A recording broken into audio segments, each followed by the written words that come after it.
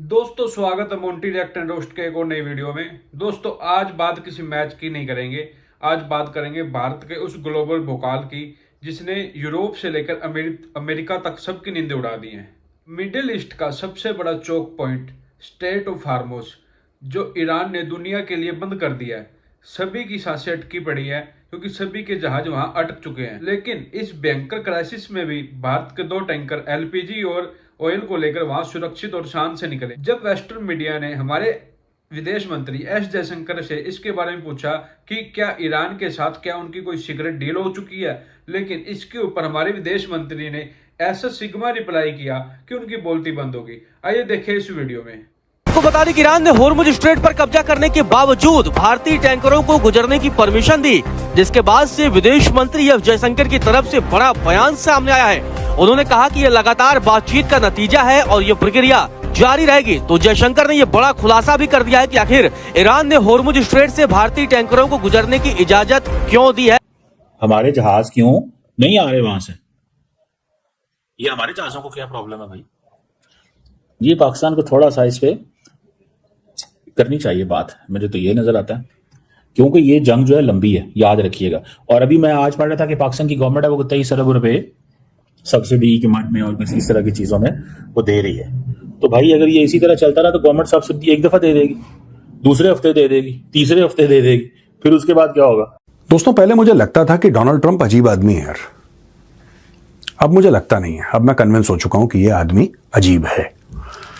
इसने पहले अनाउंसमेंट करी, ये देखिए आप स्क्रीन पे, 100% ईरान की कैपेसिटी और कैपेबिलिटी मिलिटरीली हमने डिस्ट्रॉय कर दी है। उनकी आर्मी, नेवी, एयरफोर्स, पूरे ईरान को हमने तबाह कर दिया, बर्बाद कर दिया ईरान को। वो शॉकिंग अनडिनाइबल कन्फेशन, उन्होंने एडमिट किया कि बीजिंग और मॉस्को दोनों ईरान की हेल्प कर रहे हैं मिलिट्री इंटेलिजेंस के साथ। यानी कि अगर ईरान का मिलिट्री कॉम्प्लेक्स को तबाह कर दिया गया है तो रशिया और बीजिंग दोनों मिलकर उसकी हेल्प कर रहे हैं। यही है war in shadows. This is a major point of concern for Pakistan. दोस्तों मुझे तो ऐसे लगता है जैसे वेस्टर्न मीडिया की सबसे बड़ी बीमारी यही है। अगर कोई देश सुरक्षित है तो इन्हें ऐसा लगता है अभी इन्होंने कोई या तो पैसे खिलाए होंगे या इनसे कोई इनका कोई लेन देन है। और इंडिया की जो कुर्बत है कि India basically technically and logistically India ने ईरान से बहुत कमाया। हम वो उस तरह चीजें नहीं उनसे कर सके जिस तरह हम करना चाहते थे।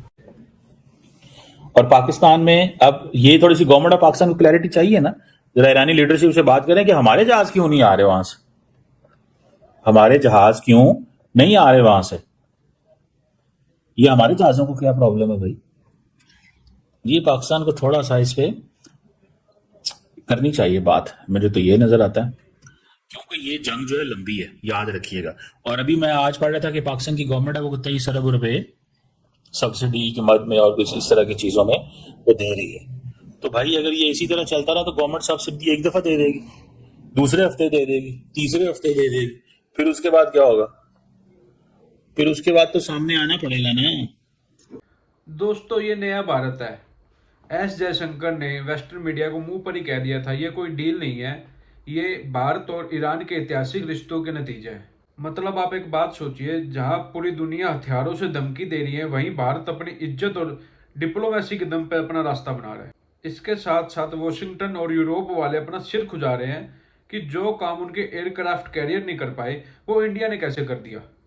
पैसे तो इतनी देर गवर्नमेंट सब्सिडीज नहीं दे सकती, गवर्नमेंट के पास पैसे नहीं होते।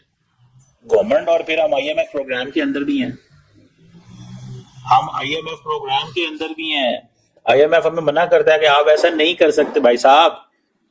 तो हमारे लिए तो ये बड़ा पॉइंट ऑफ कंसर्न है, मैं समझता हूं this is a major point of concern for Pakistan.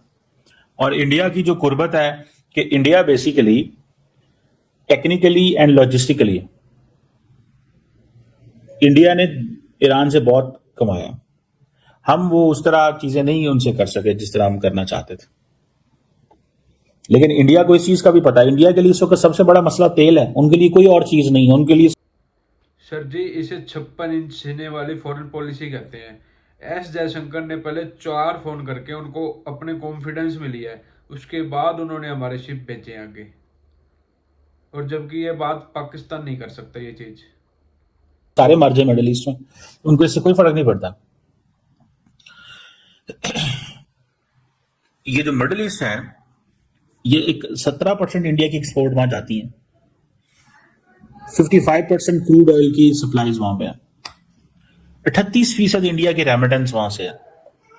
आप यहीं से सिर्फ इमेजिन कर लें कि ये सारा कुछ जो है वो Indians are waiting and watching very clearly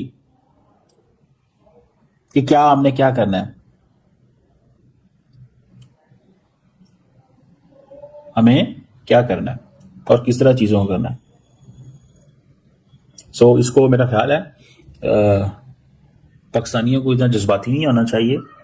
एक तो इसमें कोशिश करनी चाहिए कि हम कैसे चीज़ों को मैनेज कर सकते हैं, और दूसरा मेरा ख्याल है we must pay attention to this कि किस तरह चीज़ें जो है वो हमारी फेवर में किस तरह है। दोस्तों, पहले मुझे लगता था कि डोनाल्ड ट्रंप अजीब आदमी है यार। अब मुझे लगता नहीं है। अब मैं कन्विंस हो चुका हूं कि यह आदमी अजीब है। इसने पहले अनाउंसमेंट करी, ये देखिए आप स्क्रीन पे, 100% ईरान की कैपेसिटी और कैपेबिलिटी मिलिटरीली हमने डिस्ट्रॉय कर दी है। उनकी आर्मी, नेवी, एयरफोर्स, पूरे ईरान को हमने तबाह कर दिया, बर्बाद कर दिया ईरान को। अच्छा, खुद की तारीफ भी करी, खुद को कॉन्ग्रेचुलेट भी करा उसने। और ये सब करने के बाद, यानी कि अपने ट्रूथ सोशल पोस्ट पे ये डालने के बाद कि हमने ईरान को तबाह बर्बाद कर दिया और बिल्कुल जिसको कहते हैं जड़ें हिला दी हमने ईरान की, उसके बाद डोनाल्ड ट्रंप देशों को यह कहता है, 7 देश कौन कौन से हैं? China, Japan. वैसे आपकी जानकारी के लिए बता दूं, ईरान को भी पता है भारत से पंगा लेना उनके लिए भी घाटे का सौदा है। अगर भारत की एनर्जी क्राइसिस डिस्टर्ब होती है तो इससे ईरान को भी काफी फर्क पड़ेगा, क्योंकि कुछ टाइम बाद जंग अगर बंद होती है तो सबसे ज्यादा जरूरत ईरान को भारत की ही पड़ेगी। है, ऑस्ट्रेलिया है, उसमें यूके है, उसमें फ्रांस है। तो ये सारे के सारे देश हैं और सबके सामने उसने ये एक रिक्वेस्ट बिल्कुल नहीं करी है। वैसे डोनाल्ड ट्रंप ने, भाई ने रिक्वेस्ट नहीं करी है, उसने बोला मैं डिमांड करता हूं कि तुम अपने जहाज भेजो। अब ऐसा क्यों है? आपने पूरे ईरान को बर्बाद कर दिया, फिर आपको बाकी नेवीज के जहाज क्यों चाहिए? अब मैं आपको एक एक करके बताता हूं किसने क्या बोला। सबसे बड़ी बात, ऑस्ट्रेलिया ने साफ मना कर दिया। ऑस्ट्रेलिया कहता हम भेजते ही नहीं जहाज, भागो यहां से, मना कर दिया। जापान ने मना कर दिया। साउथ कोरिया ने बोला कि हम सोच रहे हैं यार इसके ऊपर, अभी हम किसी निष्कर्ष पे नहीं पहुंचे, लेकिन हम सोच रहे हैं इसके ऊपर, अब सोच के बताएंगे आपको, जब सोच लेंगे तब बताएंगे। फ्रांस ने यह बोला है कि हां बिल्कुल सही बात है, हम जरूर अपने शिप्स डिप्लॉय करेंगे, लेकिन जब मामला थोड़ा सा सेटल हो जाए यार, थोड़ा सा सॉर्ट हो जाए, अभी मामला थोड़ा सा गर्म है, जब मामला ठंडा हो जाएगा उसके बाद जहाज भेज देंगे अपने, कोई दिक्कत नहीं है। यहां पे यूके क्या बोल रहा है? यूके का यह कहना है कि अभी हमें बात करनी बाकी है, अभी हमने ठीक से बात नहीं करी अमेरिका से, जरा डिटेल में। अब देखिए इशू क्या है डोनाल्ड ट्रंप का, मैं आपको बताता हूं। लोग इसकी मदद करते, लोग अमेरिका की मदद क्यों नहीं करेंगे? जब अफगानिस्तान में लड़ाई हुई थी तो सबके सब आए थे मदद करने के लिए। जब लीबिया में लड़ाई हुई थी, इराक में लड़ाई हुई थी, हर जगह जहां पे अमेरिका गया है वहां पे बाकी लोग गए हैं अमेरिका की। जहां जहां अमेरिका ने मदद मांगी है, people have gone there, people have done their best. लोगों ने खून बहाया अमेरिका के लिए भाई, दोस्ती यारी में लोग खून बहा चुके हैं। अब मैं आपको 2 स्टेटमेंट बताता हूं और फिर एक वाकया समझाता हूं, तब आपको पता लगेगा कि दोस्तों ये होता है जब देश की कमान सुरक्षित और सेफ हाथों में होती है। एस जयशंकर के साइलेंट डिप्लोमेसी और इंडियन नेवी के बुकाल पर आपको क्या राय है, कमेंट सेक्शन में जरूर बताना। जय हिंद। तो दोस्तों ये थी सच्चाई इस मुद्दे के पीछे की। मीडिया आपको हेडलाइंस दिखाती है और हम आपको दिखाते हैं पूरा गेम।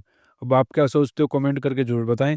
अगर आपको ऐसे ही बड़ी खबरों को एनालिसिस चाहिए जहां मिलता है सिर्फ सच, तो चैनल को सब्सक्राइब करें और बेल आइकन जरूर दबाएं। स्क्रीन पर जो वीडियो आ रही है उसमें मैंने इससे बड़ा खुलासा किया है, उसे जरूर देखें। जय हिंद।